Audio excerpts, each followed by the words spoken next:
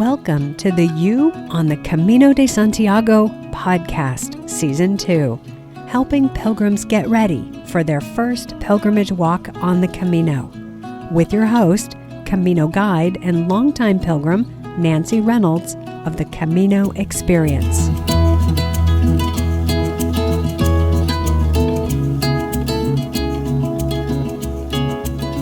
Hello and welcome back to the episode that is releasing the Tuesday before Easter Sunday, 2023. In this episode, we are going to be focused on the spiritual side of walking the Camino, focusing on the pilgrimage aspect. For some of you listening, this is the episode you've been waiting for. Hi, this is Nancy, and I do want to mention that for others, this may not be your thing at all. Or you may find yourself somewhere in the middle. Maybe you're spiritual curious. Wherever you are, if you're just about to embark on your pilgrimage, maybe right around Easter Sunday or during April or May to enjoy the Camino in springtime, you may just find some gold in this episode.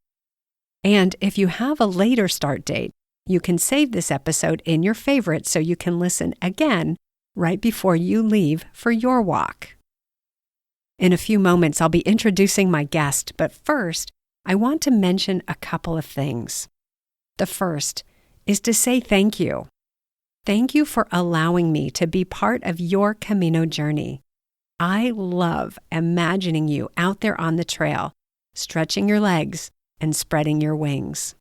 You are the you in the You on the Camino de Santiago podcast that I'm talking to, and I am cheering you on as you head out to walk. I also want to thank those of you who have joined my email list to receive your free copy of my Camino planning roadmap or my top 10 Camino tips that don't usually show up in the top 10 lists. By the way, when you sign up for my email list, you get both of those, regardless of which one you actually requested. The link to join my email list is in the notes for this episode. Next, I want to thank those of you who have joined my email list and have written to me to share your story and Camino plans. I am so touched and inspired by the courage you're bringing to this adventure. Finally, I want to thank those of you who have sent a donation for the podcast production fund. In the final episode of Season 1, I let you know that I had a link in the notes for those who would like to donate, and some of you have. Thank you. Each of these episodes takes anywhere from 8 to 15 hours to write, record, edit, and produce. Your donations help make it possible for me to continue. So thank you. And I have the link to donate back in the notes for this episode. Okay, let's get on to the conversation about pilgrimage that I had with my guest, Father Michael Barham. I had the pleasure of meeting Michael at a recent event of the Northern California chapter of American Pilgrims on the Camino. Michael performed the shell ceremony, where first-time pilgrims are presented with a scallop shell, the symbol of the Camino, and a blessing for their upcoming journey. When we chatted after the shell ceremony, I learned that Michael had written his thesis on pilgrimage, and I immediately knew I wanted to have him as a guest on this podcast. So let me tell you about Father Michael. Reverend Michael Barham is an Episcopal priest, currently serving as the Director of Student Services and Recruitment for the Church Divinity School of the Pacific in Berkeley, California, which is a seminary of the Episcopal Church. He was ordained 14 years ago and has served churches in the Diocese of Hawaii and California. Most weekends, Michael enjoys supporting his colleagues as a supply priest in churches around the San Francisco Bay Area. When, in the autumn of 1999, Michael first heard about the pilgrimage to Santiago de Compostela, Spain, in church history class at seminary, he knew in his heart he was called to walk the medieval pilgrimage route. In 2001, he made the journey by foot, walking 500 miles from the French border town of Saint-Jean-Pied-du-Port to the shrine of St. James the Greater in the Cathedral of Santiago de Compostela. And that was just the start. Michael wrote his thesis on pilgrimage and gave it the beautiful title, Holy Lingering, a spiritual reflection model for Compostelan pilgrims. You are going to hear all about Michael's love of pilgrimage and how he has incorporated that practice into his life and ministry. Michael hints at how walking the Camino invites us to bring the practice of pilgrimage into our daily lives and shows us how the big pilgrimage destination of Santiago de Compostela is calling us to explore smaller, closer to home pilgrimage places, simple, quiet, less well-known places that give us space and time for reflection, meditation, and prayer. Our conversation covered so many nuances of pilgrimage and walking the Camino that I think this is the perfect topic to kick off the 2023 Camino de Santiago pilgrimage season. So, let's meet Michael. Hi there. Hello, buen camino. Buen Camino, and thank you so much for joining me on this. I actually can't wait to see what we talk about. Well, thank you for inviting me, and let's let the pilgrimage begin. Perfect. So one of the things, Michael, that intrigued me about you, you shared with me your own personal pilgrimage experience on the Camino, and also your thesis that you did in your studies a little while back, close to that time. And I would like to just ask if you would do what I always call put the pin in the map and share with us your Camino experience, and then we'll get into that thesis that I'm so curious about. Sure. I'll start by saying how I heard about the Camino and the sense of call to go on the pilgrimage. I heard about it in church history class in 1999 from my professor, who I dedicated my thesis to. And it was sort of a side comment in a conversation about pilgrimage in the Middle Ages, in the larger context of that period of church history. But for some reason, that put a pin in my mind. I made a little marginal note that I wanted to talk to her about it after class, and which I did. And I happened to be fortunate enough to have a grant to do some research the following summer in Europe. And I took my birthday weekend to go to Santiago de Compostela by train. I was going to arrive on the night train early in the morning and then take the night train back to where I was doing my research. 4 days later, the only reason I didn't start walking is because it was raining. But I said, okay, next year I'm going to do this. I had a feeling that's where our story was going when you said you were going to take the train back the same day. I had a feeling this was going to be a different ending. Yeah, I had a number of experiences that made me feel like I needed to stay, to linger a little bit in that beautiful city. Some spiritual, some religious, some just pure fun human connection experiences. And I had a conversation with a person from Ireland who was playing guitar, I think it was, in the archway that you walk through. You know, it's so beautiful next to the cathedral. And we decided we were going to walk if it wasn't raining, but typical to Galicia, it was pouring down rain the next morning. So I got a taxi to the train station and headed out, but definitely with a burning passion in my heart to figure out a way to do it the next summer if I could. What was it? What was going on in Santiago, do you think, that sparked that? I think partly it's related to something that happens on pilgrimage anyway. I was a pilgrim. I just wasn't a walking pilgrim. I made a pilgrimage there. It was a place I'd heard about. I heard a story and I needed to go see for myself. That's fairly common, I think, in pilgrimage. We go to storied places, whether they're personally storied or shared with millions of people. So I had heard this story, I went, and I was away from my normal milieu. I had time. I would say giving myself that time opened me up to pay attention to things that were happening within myself. And then the connections I was making, I was paying attention to those connections, and they felt right to linger with. I'm using the word lingering a lot because that's in the title of my thesis. So we'll get to that. I was fortunate enough to have a grant. The same grant was promised 2 years in a row. So I had a grant for the following summer, and I was able to use that grant then to make the pilgrimage to Santiago and to several other places of pilgrimage. The dollar was strong at the time, and it was a generous grant from the Fund for Theological Education. And I went to Jerusalem. I climbed Croagh Patrick in Ireland barefoot. I went to St. Andrews, Scotland, walked 100 miles to Canterbury, spent 3 weeks in Taizé, France, in the community of Taizé, just all over in pilgrimage, places of pilgrimage. And there was a lot of my own journey that was unfolding during that summer. I had made some big life-changing decisions. And that summer was a time to process and anticipate those changes being implemented. And it was a wonderfully amazing experience. Well, you've touched on a couple of hallmarks of pilgrimage. The big one that stood out for me is that time away from your normal life, from the routine of life, to focus on the internal.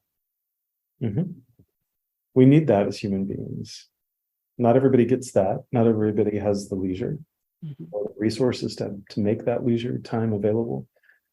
And not everybody, I think, necessarily values that. And so maybe they don't accept the invitation or the opportunity when it arises. But I think for those of us who are able, whether we have the resources or find the resources and we have the time, it can be really meaningful. And for those who don't, I think sharing our stories with them can help them to tap in a little bit to the value of it and live also a little bit vicariously if they're not able. Especially with this particular Camino, though you can do it relatively inexpensively, there is a cost. Yeah. And there's a cost of time, and not everybody has a job where they can just take 40 days and go walk leisurely across Spain. So I do think that finding ways to do that at home, even if we can't go off on a sacred journey that's a literal pilgrimage, finding ways to learn from pilgrimage and invoke or invite pilgrimage practices into our life can be a way of being on pilgrimage. It makes me think of this. I quote this book often. Are you familiar with The Art of Pilgrimage by Phil Cousineau? So he talks about the call, but what precedes the call is the longing. So what I hear so much is that people see the movie The Way and it calls them and they have to go walk the Camino. They have to do it. Yeah. And what's behind the call is that longing for those deeper things, those truly human experiences that we're all seeking or maybe becoming aware of our seeking. I would agree with that. And I love that book. That is one of the books that I've read that I think really captures so much of what pilgrimage is about. And I would certainly say that he formed my thinking around pilgrimage early on quite a bit. I think that longing, it precedes the call. I think the longing is that time of discerning what it is you're seeking. The call then is pursuing what you're seeking. The awareness of where you need to go to find it, whether that's within, but the outward can manifest that in certain ways. Very well put. I appreciate that clarification because it's a topic I've just recently started diving deeper into. Paying attention to our longings is important. Whether we do that with a priest or a religious leader or a spiritual director or a therapist, having someone who can help us explore our longings can then help us figure out what our calls are, I think. Yeah. Okay, so we were in Europe and you were visiting all of these pilgrimage sites. What happened next? September 11th. And that relates a lot to where I was in the time, because I started noticing as I walked the Camino, things that were happening around me for example, I was in a cafe in Basque, and there was on the media a story of a small violent episode, a bomb that had gone off not too far away. I was in no danger, but that made me more aware of what's happening in that part of Spain and Basque. And Timothy McVeigh's execution, if I remember correctly, it was in the news a lot. I think he was executed while I walked, but if he wasn't, the conversation around that was happening. And my own moral questioning around my views of the death penalty and my faith was part of the equation. And I remember somewhere in the Meseta, somebody had written, "Let your footsteps be kisses." I think that's a riff on Thich Nhat Hanh, right? "Let your footsteps be peace." And they had written it in pebbles by one of the crosses, the wayside crosses that you see.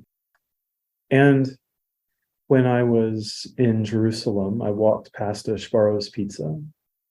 And a few days later, while I was on a plane, and they would hand out newspapers at that time on the planes, there was an article about that very Sbarro being bombed. And when I was in Ireland, of course, I was aware of some of the history of the fighting there. And as I was flying into Glasgow, there was some race riots that were happening. When I was in England, of course, I'm aware of the IRA situation. And all of this culminated in my walking. I was praying for peace. I felt, as I paid attention to all of those things happening, a need to pray for peace. So I was praying for peace all summer, and I walked to Canterbury. That was the last major site of pilgrimage. Everything after that continued to feel like a pilgrimage. So I don't say the last place of pilgrimage, but it was a place where I had said, all of the planned pilgrimages are done for the summer. I can just let down my hair. I had hair at the time. Listeners may not realize that. Can't see it, but yeah, there's less hair than there was. That's right. So I could let my hair down and know. I told myself and say, okay, I'm going to stop being a pilgrim now. That was maybe around September 9th or 10th, maybe the 8th. Somewhere in there, I got to Canterbury. I then went to stay at a friend's house, someone I had met on the Camino, and who had talked to me about the North and South Downs ways, which I used as pilgrimage routes to Winchester and to Canterbury. So I was kind of basing myself at her place, and I went back to stay a couple of days with her before I was to head back to London for my flight home. And I turned on the TV, and the first tower had just been hit. So it was a kind of I wouldn't say a crisis moment, but it was definitely this moment of, well, I've been praying for peace all summer. What is this? What are my prayers worth if this is the culmination of that? Wow. But, that felt like a world-changing event for so many of us, and it certainly continues to impact our lives in many ways.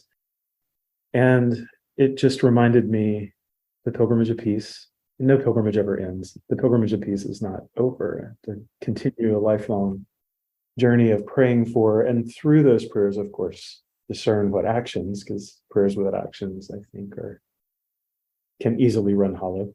So that's been part of what I think pilgrimage taught me, is to pay attention to what's going on in the world, even when you're in that space of trying to get away from all that's happening in the world a little bit. Mm-hmm. You don't necessarily have to watch the news to stay connected. I do think part of pilgrimage, an authentic pilgrimage, is a richer sense of connection. And even if you're making it for yourself because you think you need to do it to improve yourself, or for whatever reason, even if you don't know why you're doing it, if you set out and you're thinking about this journey for you, it can heighten connections in all kinds of ways, not only connections within yourself and with the divine, but I think it can provide space to contemplate your relationships, and hopefully, if they're unhealthy, you may have to end them, but if they're healthy relationships, figure out how you want to continue those relationships and bring into it all that you've learned about yourself through the pilgrimage. And I think there's a connection that's happening in pilgrimage in the sense that I don't think we ever pilgrimage entirely for ourselves, even if that might be our originating call.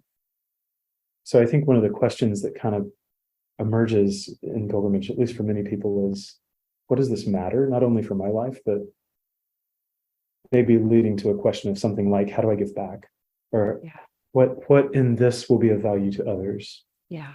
Well, I have to go back to Phil Cousineau's book, The Art of Pilgrimage. His final chapter is called Bringing Back the Boon, Right? which is the benefit.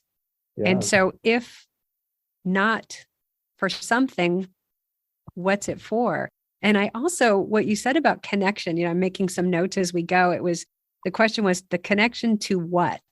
And you explained that. You really articulated that well, because so many people will say the Camino is about connection. It's about community. And there's so many ways that we could slice that and look at it and dive into it. Mhm. Yeah. And you've touched on a couple of those. Yeah, there's a quote I'll share with you if I may, Yes. from Frederick Buechner, who's a theologian, preacher, pastor. And he says, to journey for the sake of saving our own lives is little by little to cease to live in any sense that really matters even to ourselves. Because it is only by journeying for the world's sake, even when the world bores and sickens and scares you half to death, that little by little we start to come alive. Mm. I love that idea that we don't journey for our own sakes, even if our journey is a solitary one physically. Right? I loved the moments of solitude I had on the Camino. I also loved the balance of wonderful communal meals, communal albergue experiences, all of the ways that I got to share my life and other people shared their lives with me. But much of my walking was solitary, and that time was also deeply connective time. And I think it made me more available to other people when I was with them. I can certainly get that from my own personal experience. There's work that's being done that then allows us to be more of who we either say we want to be or who our divine power has us scheduled to be, I guess is probably not the best way to say it, but one way to say it. Sense. Would this be a good segue into your thesis? Sure. Yeah. So I was in seminary when I made the Camino and these pilgrimages. I finished seminary. Part of the life change that I was talking about earlier is that I changed denominations while I was in seminary. So I was not immediately ordained afterwards. I got a job in student affairs at St. Mary's College in California. That's what brought me out here to the Bay Area. And from there, I returned to seminary to do some additional studies that were denominationally specific to my new denomination so that I could be better prepared to serve in that community. And then I was ordained. But while I was in seminary, I did the coursework for a doctor of ministry. And I knew I wanted to do it on pilgrimage. I think from the time I finished the pilgrimage, I didn't feel like I would get it out of my system unless I just gave up my life to like everything in my life and did pilgrimages all the time, which I didn't have a financially sustainable means to do. So the other option was to do a doctorate. I think early on, I recognized that might help get it out of my system. And in some ways it made me, I think, less addicted to the idea of pilgrimage and more grateful for the experiences I'd already had. And then there have been opportunities after the thesis, of course, to make other pilgrimages, but I didn't have that sense of call to always be out on pilgrimage. So that in itself was a pilgrimage, I guess, doing the doctorate of that. So for a doctor of ministry, it's not like a PhD, it's more of a professional degree for people who are in the occupation rather than in academia. And instead of a dissertation, we write a thesis, a little smaller paper, still tons of work, but more of the work is on the projects that you do, and then you write about your project. Originally, the question that was driving my research was, what is the value of Santiago de Compostela? And therefore, all that comes with it, the shrine, the religion, the religious stuff, the relics, etc. Spending time in the city itself, what value is there in that for the Camino? Because the Camino is often talked about, the waymaking itself to Santiago is the experience that so many people want, not the being in Santiago. And yet without Santiago, there would be no Camino. So my question was, is there value in staying put in Santiago instead of doing what so many people do, which is stay there for a day or two and then leave? Mhm. I've since realized that I think maybe it's less about staying there as it is about finding some way to be still, whether it's there or nearby or back home. But I remember reading an account of a pilgrim who talked about running into some friends in the morning in Santiago, sharing a meal, flying home, taking a car for a few hours north in England, and then walking into the house and the spouse saying, you're home. And that is not a medieval experience of pilgrimage.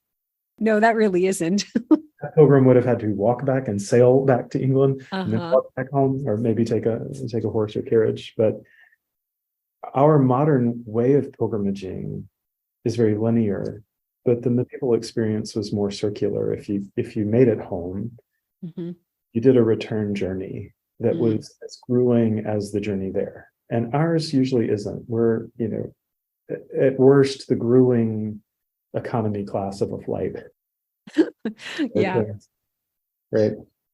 So what I moved towards in my thinking by the time I got to the point of writing my thesis is that pilgrimage is more like a circle than a line. Mm. And thinking about a circle, what are the arcs of that circle that make that circle? And within each of those arcs, are there things we can do? Are there practices? Are there aspects of it that we can be attentive to that draw some meaning into that piece of the pilgrimage? And I came up with a lovely diagram for all of this, but pilgrimage itself is far messier than any real diagram. You have all these ideas that can just tumble out at any point in the pilgrimage. Mm-hmm. But the heart of the thesis is saying that I think we need action and reflection, and that shouldn't stop when we get our Compostelas. And I think most pilgrims know or experience that instinctively. Maybe not on the front end of the pilgrimage, but I think on return home, for many, it's such a life-changing experience or life-impacting experience Mm-hmm. that there's an awareness that they need to do something with that. But not every pilgrim has the spiritual vocabulary or the spiritual practices, perhaps, to continue that pilgrimage after they return home. Mm. So that's a very convoluted description of my thesis. My thesis was asking, what would a spiritual model of pilgrimage, a healthy spiritual model of pilgrimage, be as a circular journey versus a linear journey? Mm.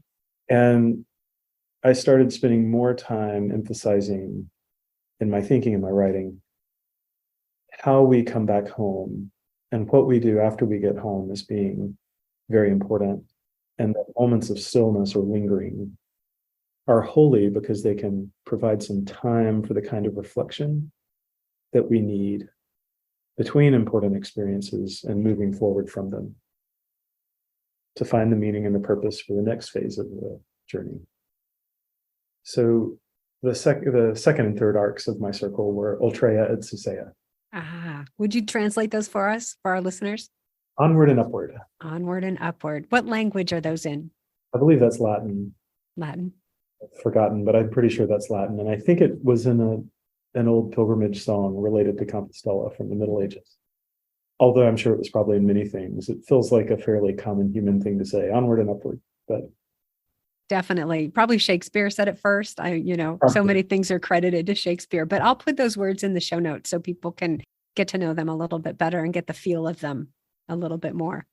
Yeah, it's been so many years. I think it's in the Codex Calixtinus. Is that the codex that was the first book, as far as everybody knows, the first documentation of the pilgrimage, I think from the 900s. Really early in Mm-hmm. it's true. Mm-hmm. The first travel guide, I think is what it's called. Yeah. Affectionately referred to as. Yeah. So for me, the way I use those in my thesis, Ultreia is coming home, which is not the 8-hour flight or few hour bus ride or whatever. But I think there's a process of coming home that takes a while. For some people, maybe weeks, maybe even months. And it's that time of sitting with the experience And if you don't have time to sit with it, just holding it as you go about returning to work or returning to whatever captures your attention in your daily life. But Ultreya is that process of holding and ideally reflecting on bringing home the experience. Mm-hmm. And I think there are things we can do to make that real in healthy ways. Would you share some ideas with us? Any reflection exercise that works for you works, right? Journaling for me, Mm-hmm. going for long walks and just thinking, telling stories, Mm-hmm. talking with other people who've had that experience or similar experiences. Some people write blogs, some people write books, a lot of people write books. Yeah. Going to pilgrim gatherings Mm-hmm. is one you can get to. These are all things, and there's endless probably ways, I think, to unpack your bags and Mm-hmm. sort through the laundry. It's good to mention them, though, and to put them actually on a list, because I think what happens sometimes is we come back from the pilgrimage, from the Camino, and whether or not you said it was a pilgrimage on the way over, I think many people have discovered it became a pilgrimage. And then what do you do with that? Because we don't necessarily think about that before we go. So to have that forethought and have that end in mind, it's actually one of the top tips I did on a recent episode, is to start with the end in mind, that classic Stephen Covey tip. That's wonderful. Mm-hmm. And I think absolutely incredible advice for your listeners. Mm-hmm. Start thinking about the end. It's hard to know what the end's going to be like. It's hard until you've done it to know how it's going to impact you, because there's so many encounters with other people and so many encounters with places and situations that will clarify or reveal your purpose. And as you said, you could start out a tourist and suddenly discover you've become a pilgrim.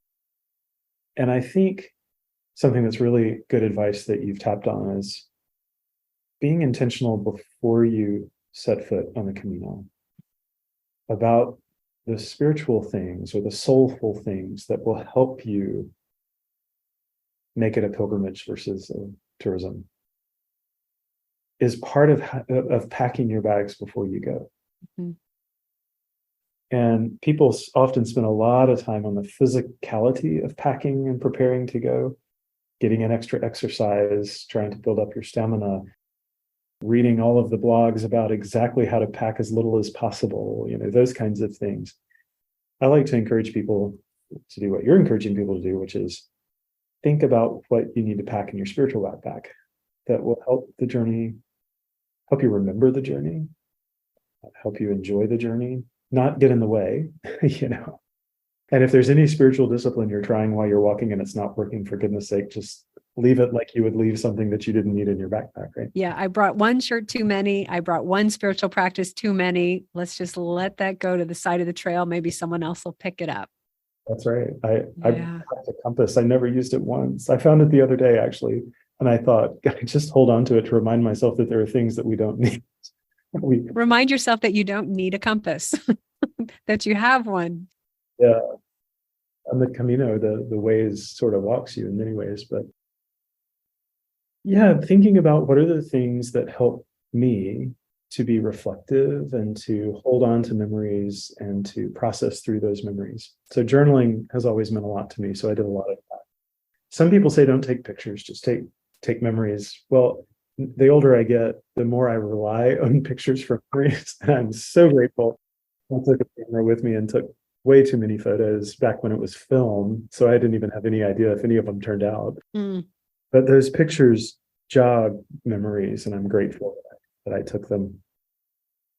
And music is important to me. So I carried pilgrim-related songs that I knew from my traditions, and both secular and religious, and carried them with me. And now when I hear them, the memories come back.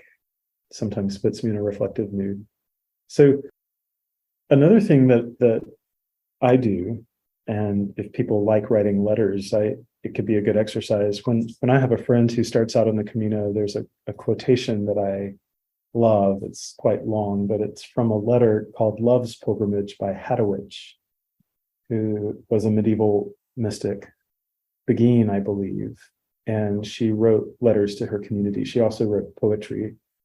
And the letter about Love's Pilgrimage is quite lengthy, and it has a lot of spiritual advice for her sisters, but it starts with points of pilgrimage that a pilgrim has to keep in mind before they're about to go on a pilgrimage. And they're all very practical. And she then takes those practical pieces and reflects on them spiritually. But I will write out the points. I think there are 9 of them, and send them by letter to a friend. And that writing it out helps me get into a reflective. So it occurred to me that one thing someone could do when they come home is write letters to their loved ones, which is also something you can do while you're walking. Yeah. By the way, even though email was not such a thing when I went, it was a thing, and I cherish the emails that I wrote home. They were few and farther in between than one might do now, because I didn't have a device in my hand where I could do that. And it might be 3 or 4 or 5 days before I found a internet cafe, for the days of internet cafes, and painfully endure the really slow bandwidth to try to write an email. Hope that you could send it before you dropped the connection. I remember those days. But writing is obviously for me, a good way to reflect. Mm-hmm. Not just journaling, but writing letters, writing emails, whether they come back to you or not, just the act of writing helps. So maybe writing letters when you get home to share your experiences with other people can be, and what you've learned from them can be a good practice. But whatever through life you developed as a skill for helping you to reflect and integrate experiences is helpful. And if you haven't had that, there are lots of resources, of course. Yeah.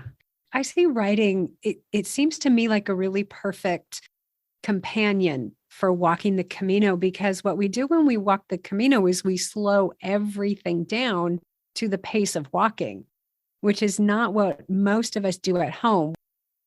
We're in cars, we're on buses and trains and moving around.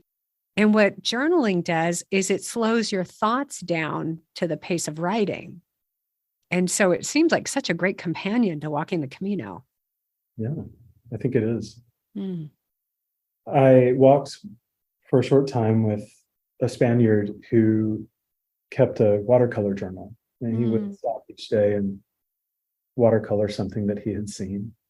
And so there's different ways of doing it. It doesn't have to be writing, but whatever works. So your thesis, what year did you complete your pilgrimage, and what year did you complete your thesis? First walked the Camino in 2001. I went back for a shorter pilgrimage with a couple of friends from grad school, in 2003 when I graduated. And one of those has become a fellow Episcopal priest in this same diocese I'm in, which is kind of cool to think back on. And then I started the doctorate in 2007, and I finished it in 2012. Okay. So that's 10 years since the finish of that, and quite a ways back for the pilgrimage. I'm really curious how this has evolved for you over time, now that we're in 2023. What has been that evolution for you of the importance of pilgrimage and what you have learned along those paths? There are 2 trajectories in my mind that I'm thinking of as I reflect on that question. One is how it's impacted my sense of calling in life and my pilgrimage as a priest in the church. It has shaped my theology, or my theological understanding of what priesthood is, especially the hospitaleros, I think, have taught me a lot about priesthood. And pilgrimage as a framework for understanding the church and Christianity. And going back to that 4th arc at Susea, I think pursuing my calling to the priesthood is my way of living out my calling to go higher. But I'm really only doing that if I'm helping other people, serving other people. So I think what I've been reflecting on in these last several years is that beyond the bringing the pilgrimage home is, what do you do with it? The so what? Why does it matter that you got to spend the money and the time that you got to spend doing this incredible, wonderful thing? What does it matter to anyone else? And I do think that that's part of the responsibility of going on a pilgrimage, whether people accept it or not. It's a giving back. To me, that is going higher at Susea. I love that connection you just made. Thank you. So asking myself, how am I going higher? And in some ways I do that through the priesthood, and in some ways it has nothing to do with the priesthood. It's just to do with being human and being connected to other human beings, to being aware, trying to be aware, trying to pay attention to where there's need or suffering in the world and responding to it in the way that I'm able to. To me, that's the progression from going on a journey, whether it's travel or pilgrimage, discerning that you're on a pilgrimage, bringing that home. And then the boon that we bring home is, I think Kusino says, but Campbell, I think, certainly says it is for not just yourself, but for people who couldn't go, that it's for the community. So to me, I feel like I've had this incredible gift to learn about and then make this pilgrimage, and the incredible gift of having funding through a grant. Yeah. Made it possible when I was a grad student and had no income and no resources. And to not only go to Santiago, but to go to so many other places that I had heard about much of my life, and many of them had wanted to go to through all of my post-teen life anyway. And honestly, I think the call to go on pilgrimage started much, much earlier than the call to go to Santiago. I remember getting a book when I was either early teen or preteen with photos of a day in the life of Ireland. And one of the photos was pilgrims on Reek Sunday walking. I've seen that book. Yeah, there was one for every country back in the 80s, I think. Early 90s. And that picture captivated me. And even before that, as a child, our family trips, which were usually fairly local, but the few big trips we took, my parents always took us to churches. So when I was really young and we went to Orlando to go to Disney World from Mississippi, where I grew up, one of the things I remember as much or more than Disneyland is my parents taking me to a church and saying, this is where we worshiped when you were born. And this is the first church you went to, because they lived in Orlando at the time. And years later, we went to one of my cousin's graduations, and my dad was really excited to see the Air Force Chapel at the Air Force Base there in Colorado. Beautiful building. And the next year we went to another cousin's graduation, and her baccalaureate, her graduation was in the National Cathedral. So trips, intentionally or unintentionally, had this religious site, storied religious site, And even small trips, my dad would often find some out of the way beautiful thing and show it to me. And that, whether it's religious or not, felt like pilgrimages. So I think my parents probably induced a sense of meaningful journeys were inspired by my parents and the way they were. What I'm hearing in that is there's such a draw of these sacred centers. There's a power, there's an energy, there's a force, whatever you want to call it.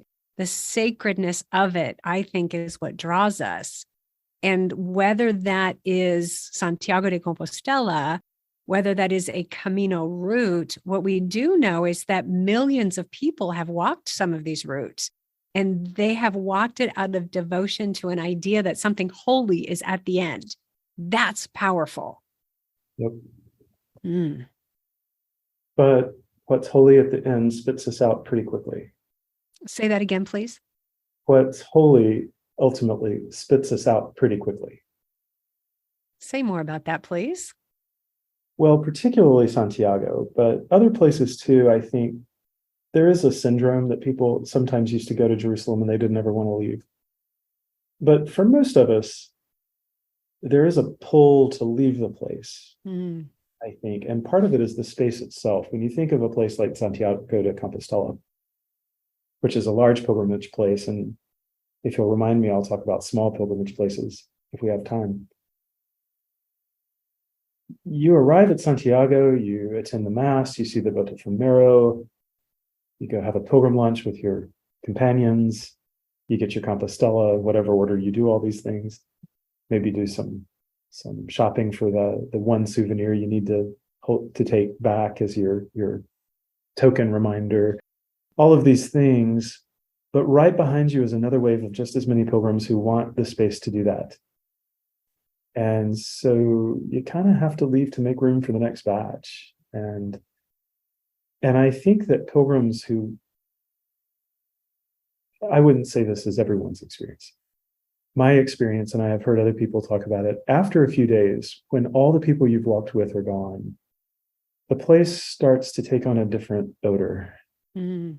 And you start to realize, I've received a lot from this place, but I'm not sure if it has anything more to give me, and it's time to go.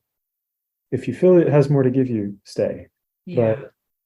But also be aware of, do you have something to give Santiago? Because there are people coming in who want that space too. But I think there comes a time when you say, I've gotten all I can get from this, and I won't get any more unless I leave and take it and reflect on it, work with it, and integrate it in my life.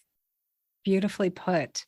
The other thing I would love your thoughts on, and this was something that I observed when I was there last year, I was there a couple different times last year, is by the time you reach Santiago, a pilgrim has developed a pilgrim identity. They have come to know themselves as a pilgrim, whether or not they started out as a pilgrim or someone just called to the experience of that they saw in the movie The Way.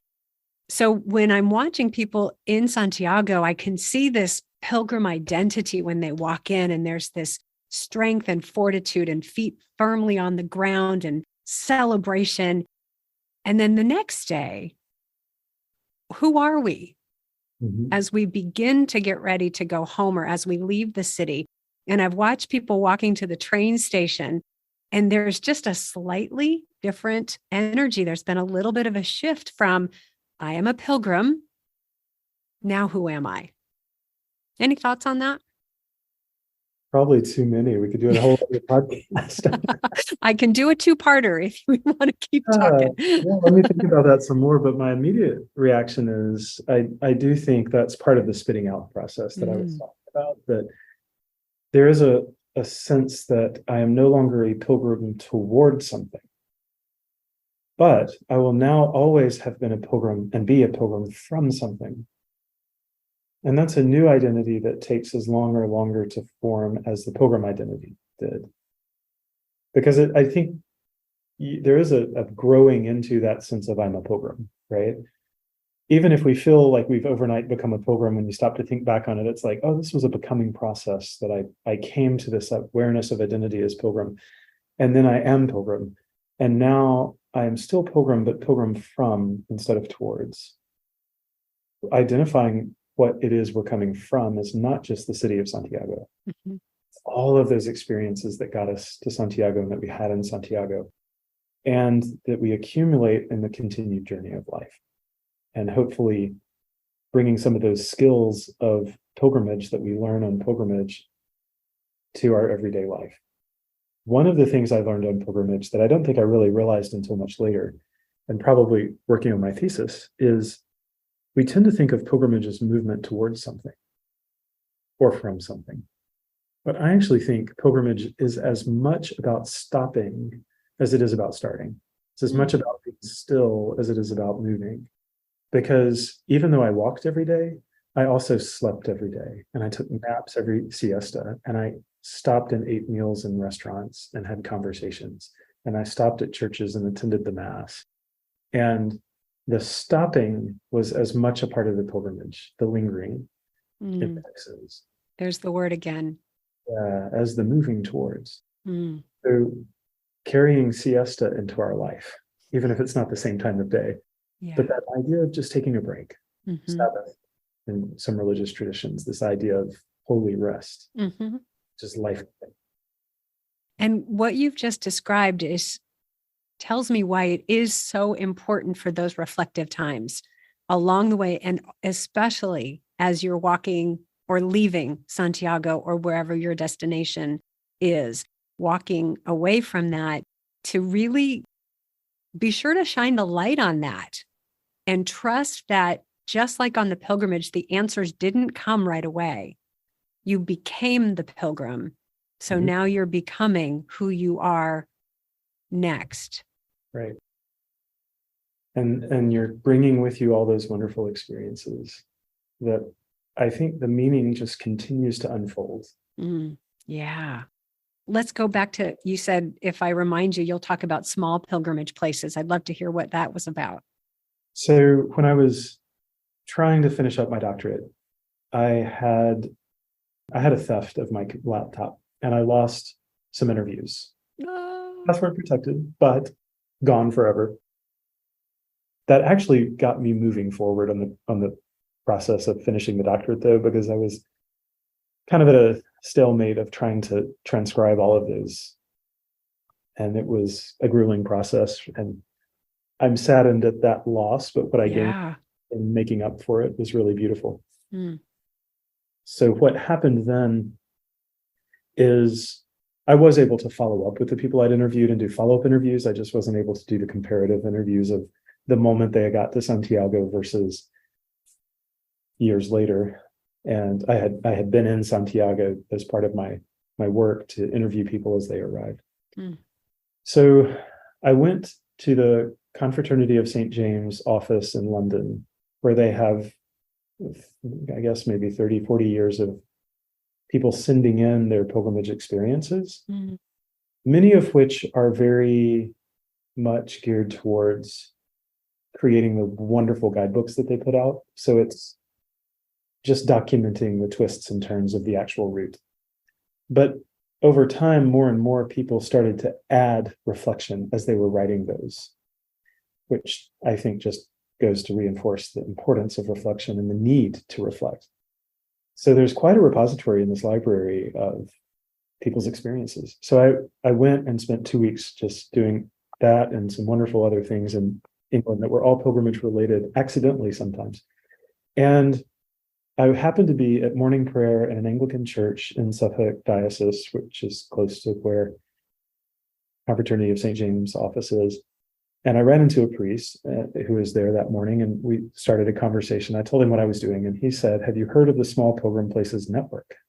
And I had not, but he informed me of it, and I started looking at their website. I became a member and have really appreciated what they are doing, which is looking at smaller places that don't get millions of pilgrims and naming the value of them as sacred sites and as holy places and places of reflection. And I love that for a couple of reasons. One is an example of a small pilgrim place is Little Gidding, which people may know from the T.S. Eliot poem. But it also has a rich ecclesial history too. I believe George Herbert, the poet, Anglican priest, was there. Nicholas Ferrar was martyred there. A community, an early community of intentional Christian living was founded there. And then that's why Eliot said it was a place where prayer had been valid. And so it was one of his 4 quartet poems. What was the name again, please? Little Gidding, Gidding. Thank you. And there's a poem by that name by Eliot, T.S. Eliot, where he says that he's gone to kneel where prayer has been valid.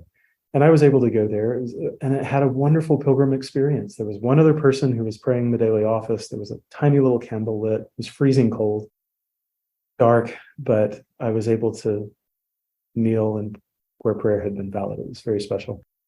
And there are lots of churches like these all over England, but really there are lots of places like that all over, right? And so it's gotten me thinking about, sometimes I want to go to those grand storied places like Santiago or Jerusalem or Wrigley Field, wherever it is, right, that's special to you, that you've heard about. Yes. You want to get there, the Vietnam Memorial, or used to be Candlestick Park for some people, but that's gone. So we have these places, but all around us, there are smaller places where human beings have lived and prayed, and they have their own special character. And there's a set of best practices that have emerged. This was several years ago, but it stuck with me, and I'm sure their thinking has evolved and improved. But what stuck out to me about their best practices is that, unlike Santiago, where there's really this huge spectacle, even though they would not call it that, Mhm. all of these people, tourists taking pictures, the boat ephemeral swinging, 180 degrees on the pulley, all of these things happening in the big city of Santiago. But there are small places where we can go and be quiet and reflect. Mhm. And so their best practices are thoughtful conversation, quiet prayer, and simple hospitality.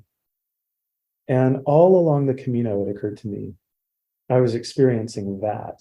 And that was what, in addition to just the beauty of the walk and the challenge of the walk and the camaraderie, it was those thoughtful conversations and the time to be quiet and still, and then this experience of hospitality that was often very simple but so important. So I really love what Small Pilgrim Places Network is doing. And I also love the idea that we don't always have to go overseas on a major journey. We can go down to a local church or to a local field or walk through a local forest, and that can be a holy place for us. Yeah, for many people, nature is that holy place. Absolutely. Yeah, the sacredness of the earth. Mhm. So it brings up a question for me. Okay. We've been talking about the spiritual and religious and the significance in that regard. For some people, the Camino is not that at all. It's, maybe connection and shared pilgrim meals and that camaraderie that sometimes, to be candid, turns into more of a party atmosphere. So if you were to sit with a pilgrim heading off who is looking for that deeper reflective connection, what would you say to them about finding what they're looking for, maybe fulfilling on their hopes of what their pilgrimage might be? Oh, that's a good question. Well, what first came to mind is really maybe to address the issue of those who are not looking for a deep spiritual experience. That those who are not judge the people who are not looking for what they're looking for. Mm. I think that judgment will get in the way of your having a good and a spiritual or deep, meaningful pilgrimage. Because the time that you're judging someone else, you're not really paying attention to your own experience. So I think there's a caution to not make assumptions about other people or judge them, because you never know what they're going through, really, and what's happened to them on the road that day. I'm thinking back to my own personal experience when I walked in 2007, my second time, and I was really going back for what I thought was a spiritual experience. And I kept landing in these albergues where there was a party every night and people were around the table drinking and talking and making all kinds of noise. And I felt very much like an outsider because that wasn't the experience that I was after. Yeah. If I'd had you as a resource, what might you have said to me at that time? Good question. I think when we get annoyed on the Camino, especially if we're annoyed with other people, it's probably a good moment to pull away wherever we can and ask ourselves, what is this annoyance really about? And why is what someone else is doing or experiencing getting in the way of my experience? In my tradition, we talk about being able to be quiet within oneself in prayer. And people will talk about all the annoyances about external distractions. And the deeper one goes into the practice of prayer or meditation, the more one discerns that the distractions are usually more within ourselves. And so the external distractions become targets for scapegoating and projecting our distractions. Mm-hmm. Now, that doesn't mean that a party won't keep you up at night. Practically speaking. But there's a lesson to be learned in that too, in terms of how do we deal with things that get in the way of our journeys in life? Mm. What do we do with our discouragement or our disappointment or our disillusionment? What do we do with our judgments, with our frustrations? How do we deal with them? How do we cope with them? And encountering people on the pilgrimage who don't have the same purposes and intentions as we do is actually, I think, important for our spiritual development, deeper spiritual development, because it is an opportunity to learn more about ourselves and to learn how to deal with these disruptions in our lives in hopefully a kind way, kind to ourselves and kind to others. And so I wouldn't say that you shouldn't feel upset or frustrated, etc., but own that reaction or that feeling and explore it for yourself. Maybe when you are no longer in the situation, it might be easier to do that. Yes. I've certainly had moments where it's like, if that person snores one more time, I might become a felon. The issue for me the first few years were the smokers. And smoking was allowed indoors when I first started going to the Camino, as it was when you first started going. And I was not Christian in my thoughts. I was not kind in my thoughts. And I think I inadvertently took the advice you just gave me, because over time, now when I smell cigarette smoke, I go, wait, are we in Spain? Are we in Europe? And I get excited because one, that's where all these wonderful experiences took place. But to be candid, that's where a lot of transformation took place for me. And smoking was one of those pivotal issues where I had to break down my intolerances and also be healthy. So extract myself from the smoke-filled bar, which fortunately no longer exists in Spain. Yeah.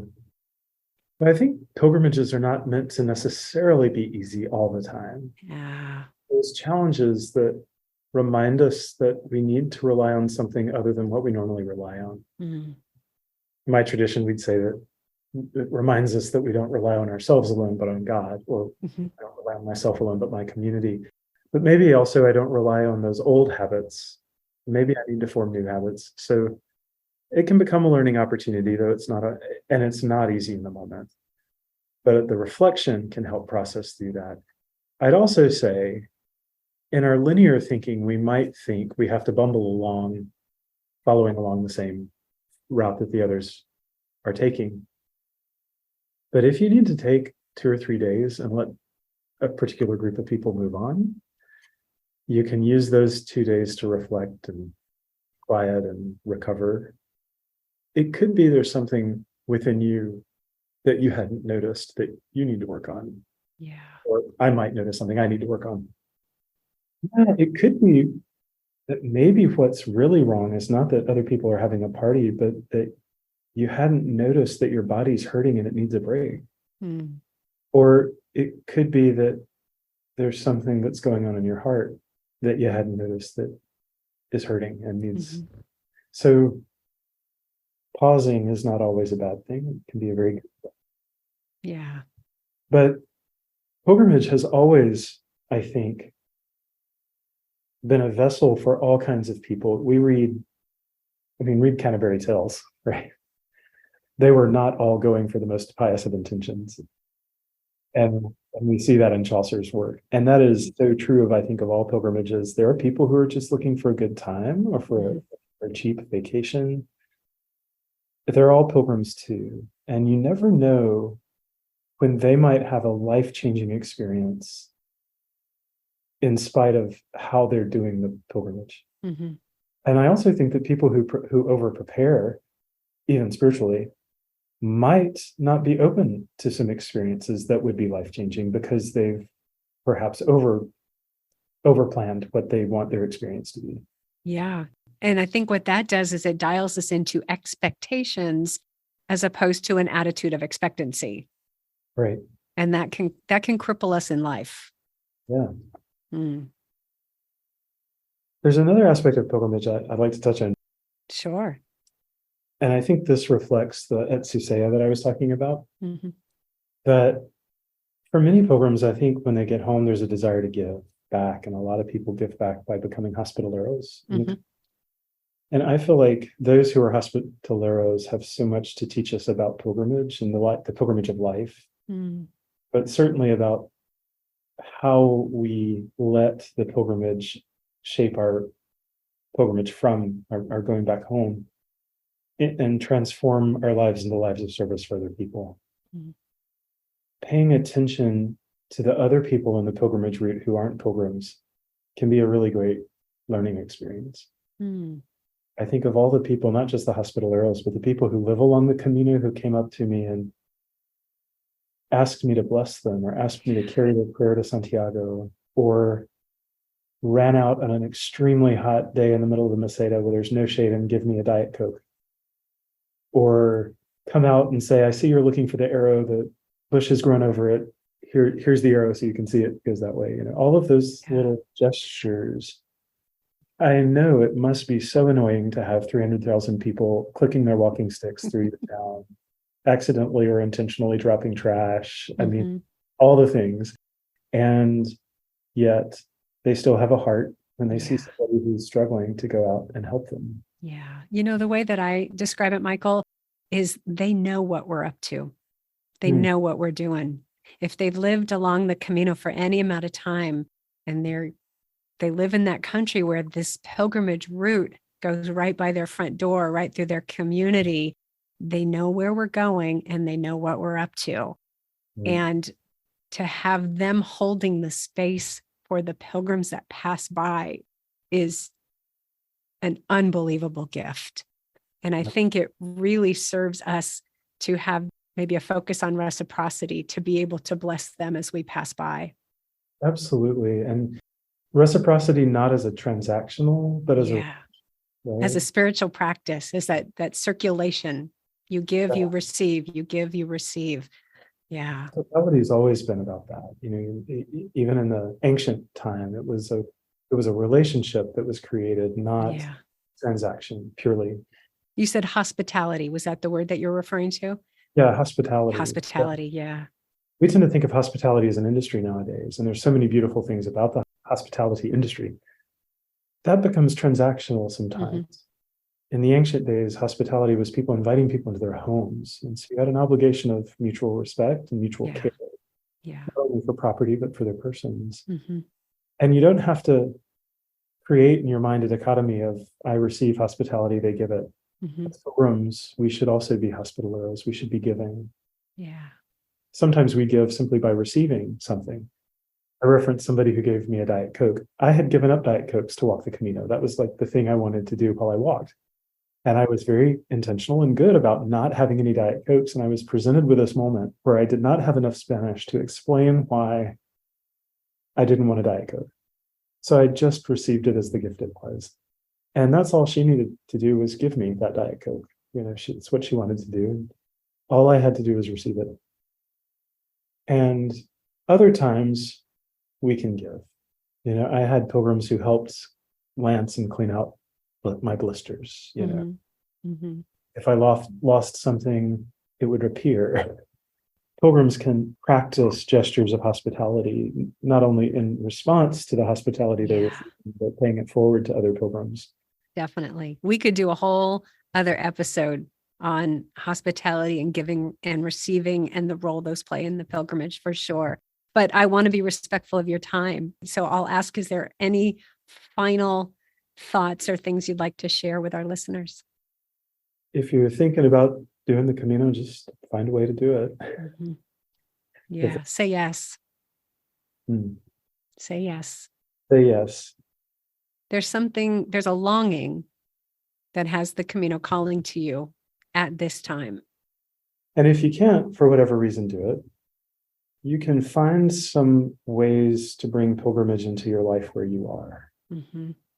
And that's real and that's valid. It is pilgrimage and it's healthful, I think, for our lives. So if you can't make the Camino when you want to, don't get too discouraged. Try not to get too discouraged. Lean into the learnings of other pilgrims and what they have to teach us about making a pilgrimage, and invite some of those practices into your life. However you make your pilgrimage, whether you go now or later to Santiago or some other beautiful place of pilgrimage, or find ways to be on pilgrimage at home, may it be a blessing. Yeah. And it's a good time to pick up The Art of Pilgrimage and start walking through that book. Yeah. Michael, thank you so much. I really appreciate our time together. I've really enjoyed this conversation, and I think our listeners will as well. Thank you. Thank you. It's been an opportunity for me to reflect more, and that's a gift to me. So thank you. All right. Thank you.